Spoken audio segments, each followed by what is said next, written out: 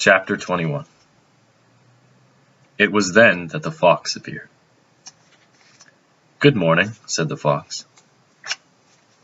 "Good morning," the little prince answered politely, though when he turned around he saw nothing.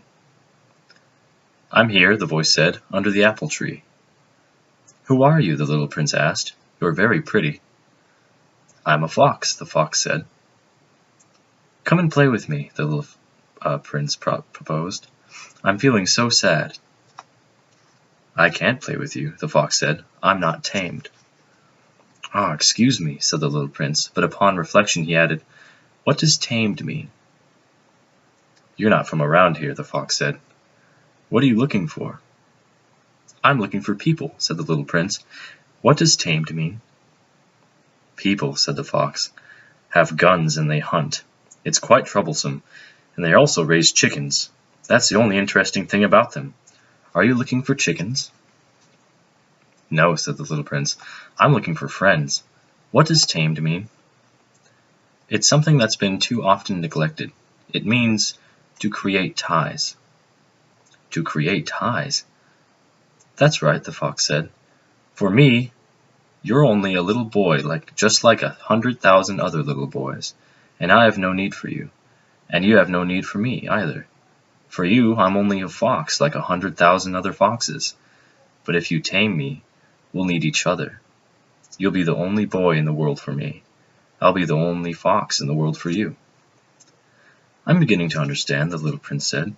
"There's a flower. I think she tamed me." "Possibly," the fox said. On Earth, one sees all kinds of things."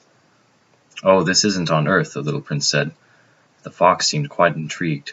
"On another planet?" "Yes." "Are there hunters on that planet?" "No." "Now that's interesting. And chickens?" "No." "Nothing's perfect," sighed the fox, but he returned to his idea. "My life is monotonous. I hunt chickens. People hunt me. All chickens are just alike, and all men are just alike. So I'm rather bored. But if you tame me, my life will be filled with sunshine. I'll know the sound of footsteps that will be different from all the rest. Other footsteps send me back underground. Yours will call me out of my burrow like music. And then look! You see the wheat fields over there? I don't eat bread. For me, wheat is of no use whatsoever. Wheat fields say nothing to me, which is sad. But you have hair the color of gold, so it will be wonderful, once you've tamed me.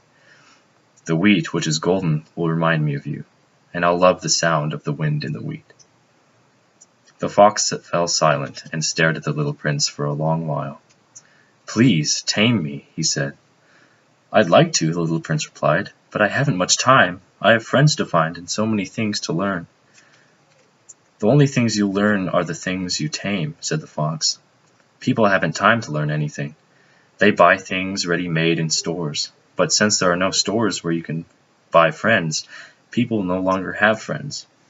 If you want a friend, tame me." "What do I have to do?" asked the little prince. "You have to be very patient," the fox answered. "First, you'll sit down a little ways away from me, over there in the grass. I'll watch you out of the corner of my eye, and you won't say anything.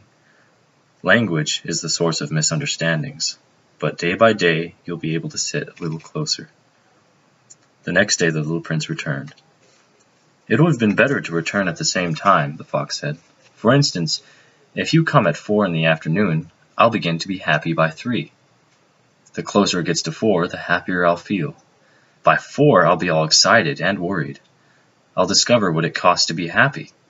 But if you come at any old time, I'll never know when I should prepare my heart. There must be rights." "What's a right?" asked the little prince.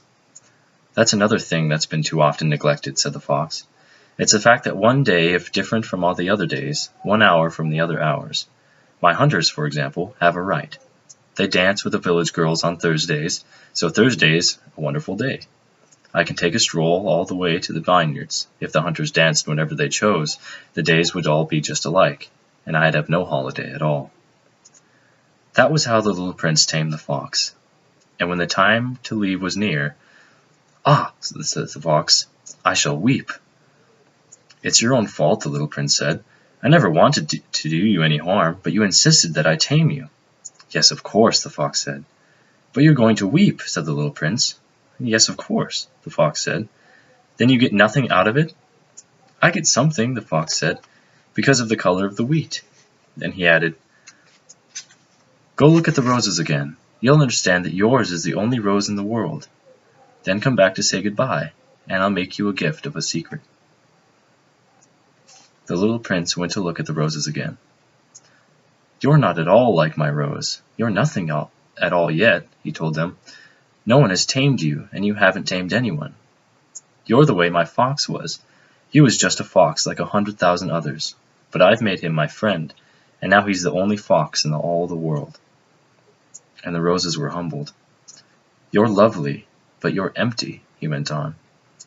One couldn't die for you. Of course, an ordinary passerby would think my rose looked just like you, but my rose, all on her own, is more important than all of you together, since she's the one I've watered, since she's the one I put under glass, since she's the one I sheltered behind a screen, since she's the one for whom I killed the caterpillars, except the 2 or 3 of the butterflies, since she's the one I listened to when she complained, or when she boasted, or even sometimes when she said nothing at all, since she's my rose.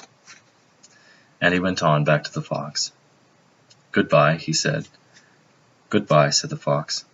Here is my secret. It's quite simple. One sees clearly only with the heart. Anything essential is invisible to the eyes. Anything essential is invisible to the eyes, the little prince repeated in order to remember. It's the time you spent on your rose that makes your rose so important. It's the time I spent on my rose, the little prince repeated, in order to remember. People have forgotten this truth, the fox said, but you mustn't forget it. You become responsible forever for what you've tamed. You're responsible for your rose. I'm responsible for my rose, the little prince repeated, in order to remember.